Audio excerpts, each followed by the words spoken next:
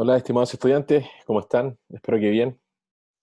Vamos a dar inicio al primer video de la asignatura de entrenamiento de fuerza y velocidad para revisar el primer PPT, ya preparado para las clases teóricas de esta asignatura.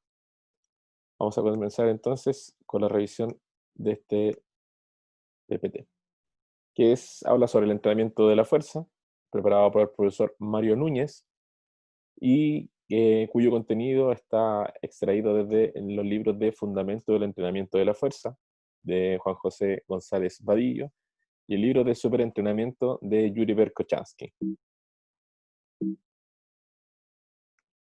Los aprendizajes esperados para esta asignatura, en general, el primero es que puedan seleccionar el método de entrenamiento de acuerdo a los factores de carga establecidos en la planificación, y obviamente que planificar sesiones de trabajo de acuerdo a la planificación general establecida para cada deporte. Deportes que vemos en pantalla, ¿ya? Diferentes deportes, diferentes disciplinas, y donde también se expresan de diferente manera o se manifiesta de diferente manera la fuerza. Vemos la halterofilia, el mountain bike, el motocross y la escalada. Vamos a ver un video de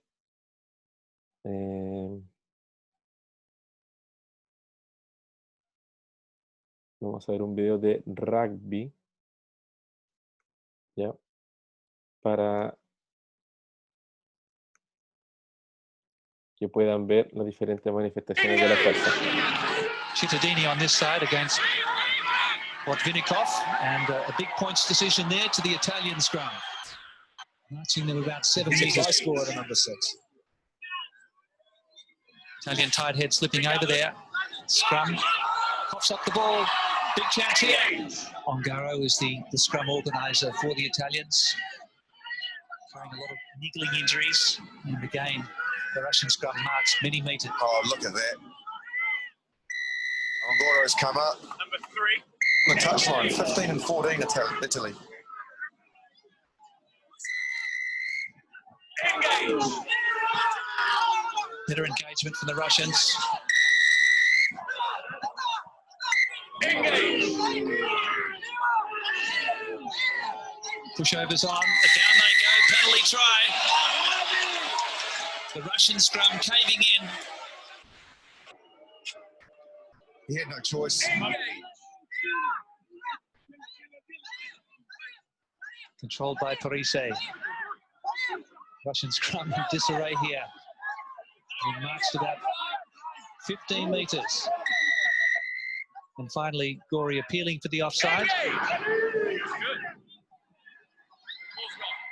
Somehow they got it out. They were going backwards at the rate of knots.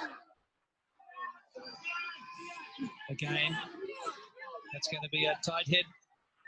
And diving over is Alessandro Zani. Bien. Lo que pudieron ver es una jugada en el rugby que se llama Scrum, que es donde ambos equipos luchan, ¿ya? Manifestando la fuerza máxima, podríamos decir, podríamos clasificarlo, tratando de empujar al equipo rival en contra de la dirección en donde voy atacando, y poder quedarme con la posesión del balón, tratando de liberar al equipo contrario del balón que está en medio, ¿ya? Ese es un tipo de manifestación de la fuerza visto en el deporte. Acá vamos a ver otro.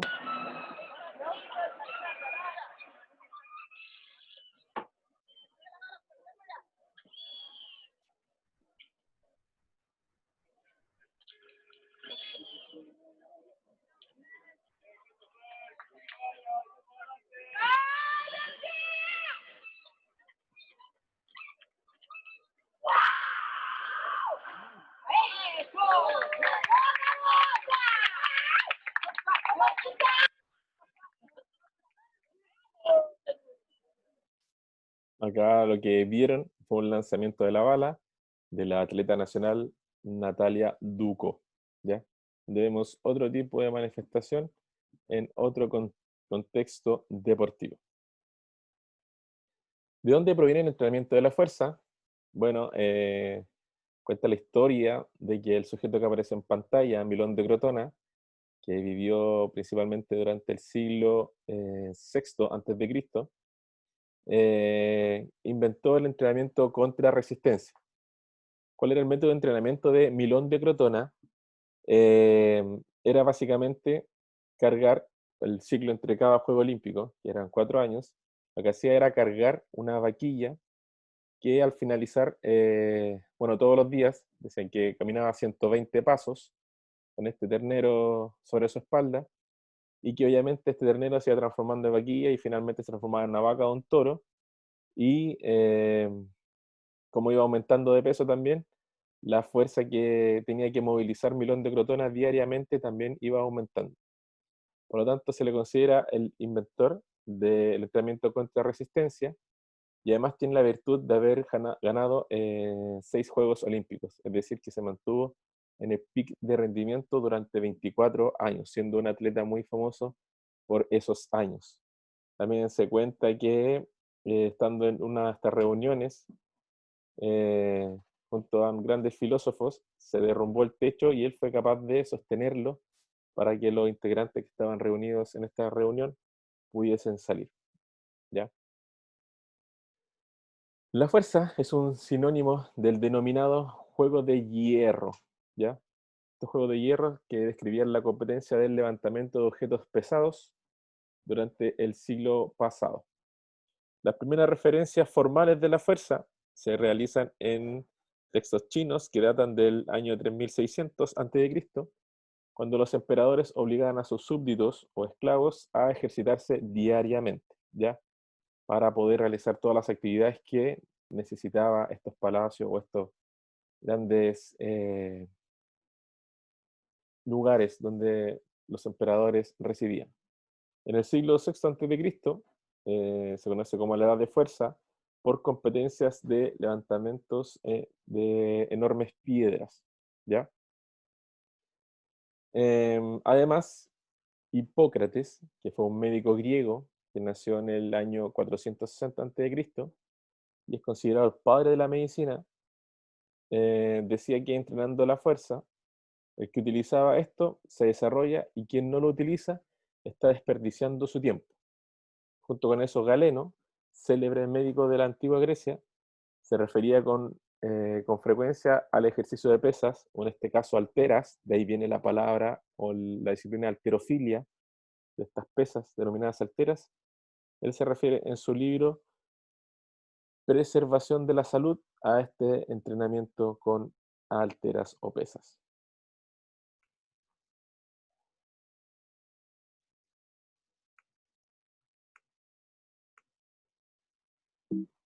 Bien, entonces la fuerza también se denomina, o lo que busca es el afán por conseguir una fuerza superior. Esta fuerza superior es una sólida base experimental para métodos en la actualidad, que fue desarrollada durante el siglo XVI en Europa, en donde en 1544 Joachim Camerus, en la Universidad de Leipzig, recomendaba libros de entrenamiento con pesas como actividad esencial en las escuelas o colegios. Casi 200 años después, en 1728, John Pau realiza un tratado fisiológico, teórico y práctico sobre la utilidad del ejercicio muscular para restaurar la fuerza de las extremidades. Casi o más de 100 años después, en 1860, Archibald McLaren crea el primer sistema de entrenamiento con mancuernas y con pesos en barras, ¿ya?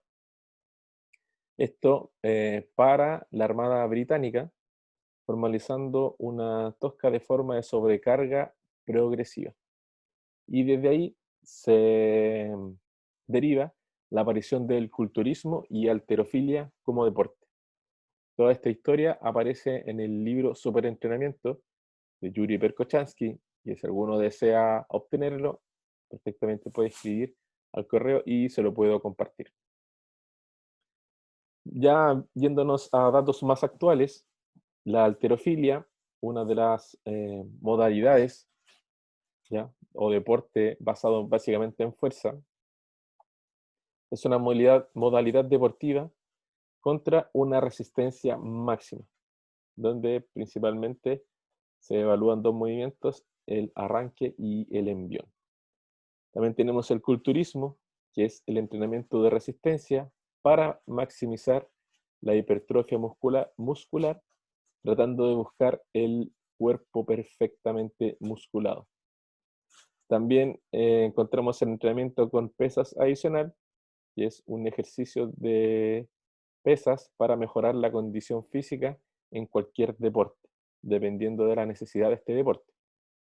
Encontramos también la fisioterapia, que es el ejercicio de pesas para la rehabilitación, y también tenemos la investigación científica, que busca el análisis para la comprensión científica del ejercicio con pesas y cuál va a ser el resultado y la finalidad, el resultado de este proceso de entrenamiento.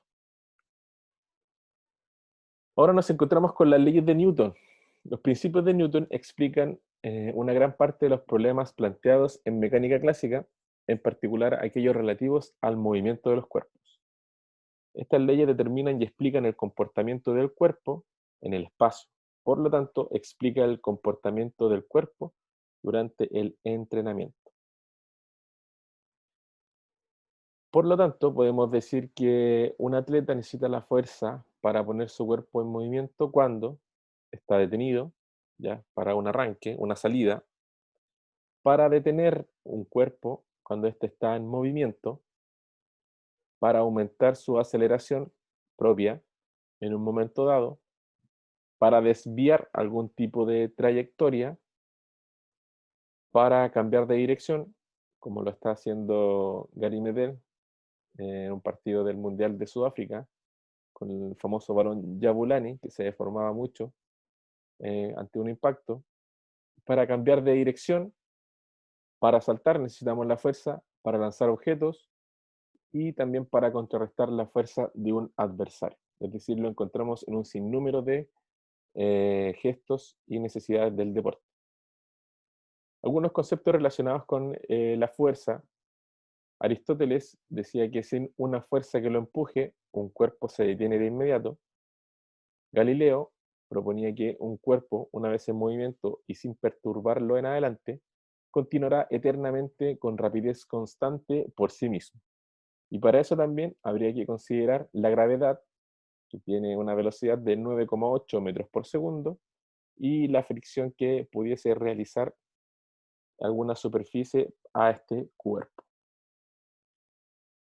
Y aquí vemos un análisis de una caída libre de un objeto en donde se desplaza a 9,8 metros por segundo, y también habría que considerar la altura de la que se lanza para calcular el peso de este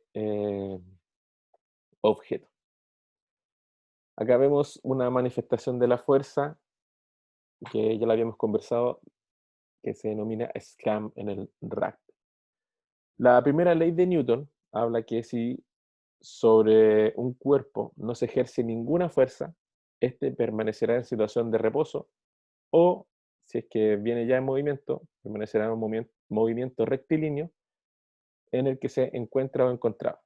Y en este caso, si Wayne Rooney no hubiese golpeado ese balón, no hubiese cambiado la trayectoria y hubiese seguido ese movimiento rectilíneo en el cual se encontraba.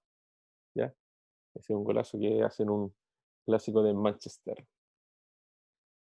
Nos encontramos también con el concepto de fuerza e inercia, en donde es la capacidad de vencer la oposición de una resistencia.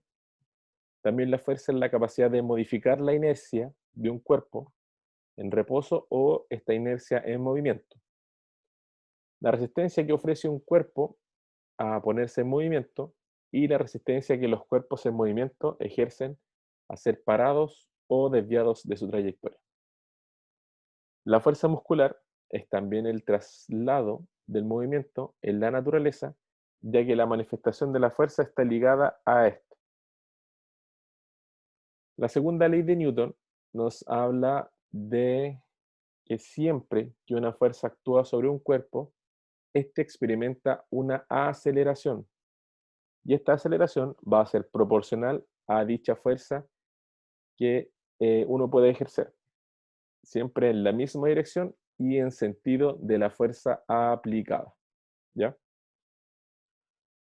Una fuerza es igual al producto de la masa sobre la que actúa por la aceleración que le comunica. Es decir, una fórmula para estimar la fuerza es la masa o peso por la aceleración que produce este movimiento.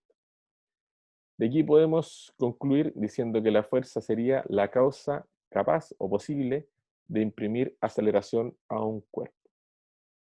Y aquí vemos la explicación de la fuerza y la aceleración. La aceleración es la rapidez final menos la rapidez inicial dividido por el tiempo. Si la velocidad, perdón, la rapidez final es mayor a la velocidad inicial, la aceleración será mayor a cero, por lo tanto hay un movimiento rectilíneo uniformemente acelerado.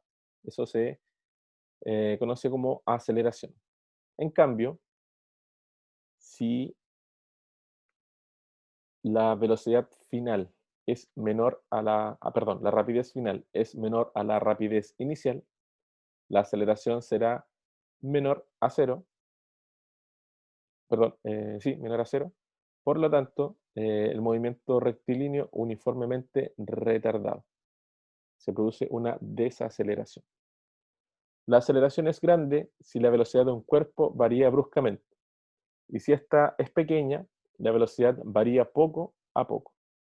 La aceleración es cero si la velocidad es constante y es negativa si la velocidad disminuye. Entonces, como decíamos, fuerza es masa por aceleración, que sería expresado en velocidad o aceleración final, menos la aceleración inicial, dividido todo esto por el tiempo. Aceleración es la tasa de cambio de la velocidad con respecto al tiempo, y masa es la cantidad de materia que contiene un cuerpo. Nos encontramos también con la tercera ley de Newton, en donde dice que cuando hay interacción de dos cuerpos, como lo vemos en este ejemplo del dibujo, uno de ellos ejerce una fuerza sobre el otro, el segundo ejerce sobre el primero, y una fuerza igual y de sentido opuesta a la primera. Las fuerzas no se presentan de forma aislada, sino por parejas, en forma de acción y reacción, como lo vemos expresado en la imagen. Aunque sean iguales, las fuerzas de acción y reacción, dado que las masas generalmente son distintas, lógicamente se producirán también aceleraciones distintas. Y aquí lo vemos, en este caso habrá una acción, que es el disparo, que se produce, y la reacción sería la salida de la bala. La acción, acá sería la propulsión que ejerce el motor sobre un avión, y la reacción sería la salida o el vuelo que produciría en este avión. La acción de golpear sobre una mesa produciría la reacción de un rebote de la mano después de golpear. En este caso, en cohete también la acción es la propulsión que ejerce y la reacción será el lugar hacia donde saldría disparado. Si aquí provocamos una acción de empujarnos sobre un muelle que está quieto, la reacción sería que nosotros nos vamos a mover. Potencia es una acción realizada en el menor tiempo posible. Por lo tanto, podría expresarse como el trabajo dividido por el tiempo. También se puede expresar en watts, donde la fuerza multiplicada por la distancia. Por lo tanto, podríamos decir que la potencia es fuerza multiplicada por el trabajo dividido esto en tiempo. La velocidad es la menor distancia que se puede recorrer en un tiempo determinado. Por lo tanto, velocidad será distancia dividida en el tiempo.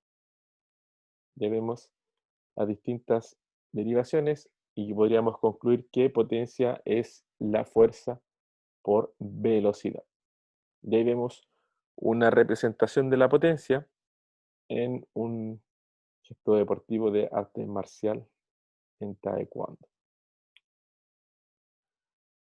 Para poder entender esto, tenemos diferentes unidades de medida, como por ejemplo el tiempo, que puede ser expresado en horas, minutos y segundos, la fuerza, que puede ser expresada en newton, que es fuerza necesaria para imprimir a una masa de 1 kilogramo a una aceleración de 1 metro por segundo al cuadrado. Es decir, 1 newton es igual a 1 kilogramo por masa partido por segundo al cuadrado. La potencia también se puede expresar en watts o vatios con la sigla W. Velocidad podremos expresarlo en kilómetros por hora o metros por segundo. La masa, de la cual nos referíamos, puede ser en kilogramos, en gramos o en libras. La altura en metros, centímetros, milímetros. La distancia también puede ser expresada en metros, centímetros o milímetros. Y la frecuencia en hertz o hercios, ya también se pueden encontrar.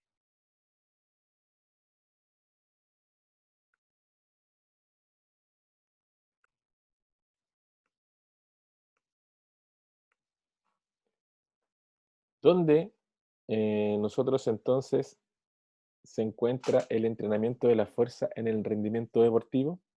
Si lo vemos en esta representación, en esta imagen, vemos que la fuerza está en la base de la pirámide del alto rendimiento, junto a la resistencia y junto a la velocidad. Y no por nada permanece al centro la fuerza como capacidad física, para después de estas tres capacidades físicas dar espacio a la coordinación, luego a los gestos deportivos, la reiteración del gesto deportivo, dando finalización, la punta de la pirámide, al alto rendimiento. O sea, podríamos decir que está en la base. Algunas definiciones de fuerza. La primera sería, la fuerza en el ámbito deportivo se entiende como la capacidad de producir tensión que tiene el músculo al activarse o contraerse. A nivel estructural, la fuerza está en relación con el número de puentes cruzados de miosina que puede interactuar con los filamentos de actina. Estas dos definiciones o conceptos los da Juan José González Vadillo. Y la fuerza es producto de una acción muscular iniciada y orquestada por procesos eléctricos en el sistema nervioso. Esta definición es de Yuri Verkhoshansky.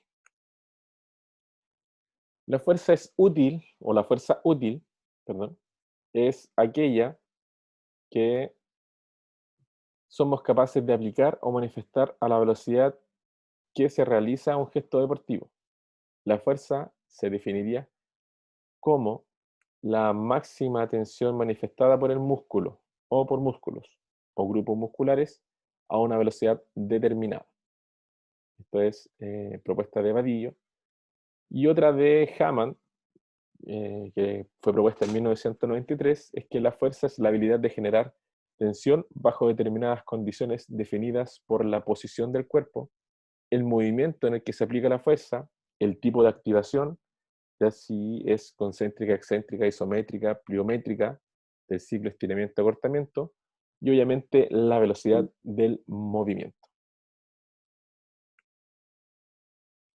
También nos encontramos con diferentes manifestaciones de la fuerza, la relación entre producción de fuerza y el tiempo necesario para ella va a depender también del tipo de tensión muscular y la relación entre las manifestaciones de la fuerza y la velocidad de movimiento.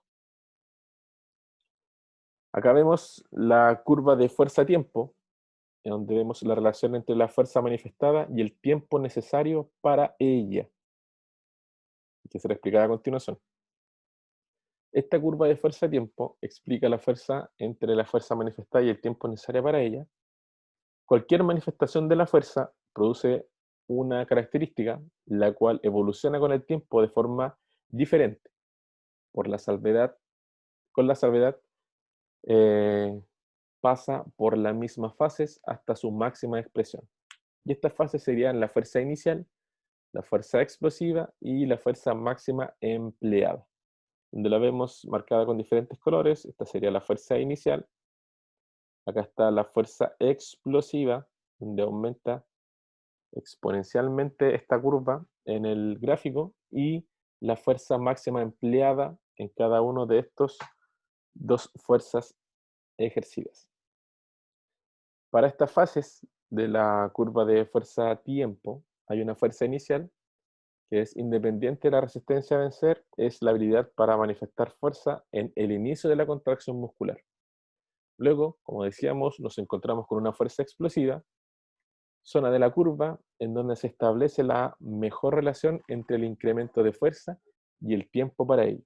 Y finalmente la fuerza máxima empleada, que es isométrica si la resistencia no se puede superar, o máxima, dinámica, si existe un desplazamiento. Algunos datos relevantes también es que existe una fuerza isométrica máxima, fuerza máxima que se aplica ante resistencias superables, tiempo necesario para alcanzar cualquier nivel o porcentaje de la fuerza máxima isométrica o dinámica, tiempo total de acción de la fuerza, y también existe una fuerza media que es la relación entre el impulso y el tiempo total de la acción. Un ejemplo acá es el lanzamiento de balones de diferentes pesos, en donde a mayor velocidad un gesto deportivo, menor es la fuerza aplicada y viceversa. A medida que disminuye la resistencia, la velocidad del balón es mayor. Ahí vemos la masa del balón, y a medida que aumenta, que disminuye su peso, es mayor su velocidad de lanzamiento. Cuanto mayor sea la velocidad en la que se ejerce un gesto técnico, menor será la fuerza aplicada, o inversamente también. No se debe interpretar como que cuando más fuerza ganemos, más lentos seremos, sino que lo contrario. Por lo tanto, hay tres posibilidades para mejorar la velocidad: aumentar el tiempo de aplicación de la fuerza, reducir la masa del cuerpo o aumentar la fuerza. Esta curva de fuerza-velocidad no tiene las mismas características en todos los deportes, ni deportistas, ni especialidades. Un deportista va modificando su curva fuerza-velocidad a través de los años de entrenamiento, y también dependiendo del periodo de planificación del macrociclo en la cual se encuentra. La curva de fuerza-velocidad es un factor diferenciador en especialidades como de categoría y de forma de los deportistas dentro de un deporte, y el objetivo del entrenamiento será mejorar permanentemente esta curva en su totalidad. Ser capaz de conseguir cada vez más velocidad ante cualquier resistencia.